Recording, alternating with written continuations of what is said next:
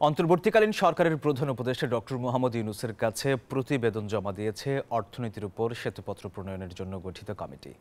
দুপুরে অর্থনীতিতে অনিয়ম ও দুর্নীতি তদন্তে গঠিত শ্বেতপত্র প্রণয়ন কমিটির প্রধান ডক্টর দেবপ্রিয় ভট্টাচার্যের নেতৃত্বে গঠিত কমিটি প্রধান উপদেষ্টার কাছে প্রতিবেদনটি জমা দেয়। পরে প্রধান উপদেষ্টার প্রেস সচিব শফিকুল আলম জানান, শ্বেতপত্র কমিটির প্রতিবেদনে উঠে এসেছে ছাত্র জনতার গণ অভ্যুত্থানে ক্ষমতাচ্যুত প্রধানমন্ত্রী শেখ হাসিনার শাসনামলে প্রতি বছর গড়ে ১৬ বিলিয়ন মার্কিন ডলার বিদেশে পাচার হয়েছে। আরও বলেন, শ্বেতপত্রের প্রতিবেদনে অর্থনীতির প্রতিটি খাত ধরে ধরে আলাদা বিশ্লেষণ করে দেখানো হয়েছে। তিনি অভিযোগ করেন, উন্নয়নের গল্প শোনানো হলেও ভেতরে ছিল লুটপাটের এক মহাযজ্ঞ। প্রতিবেদন গ্রহণ করে প্রধান উপদেষ্টা বলেন, এই প্রতিবেদন একটি ঐতিহাসিক দলিল।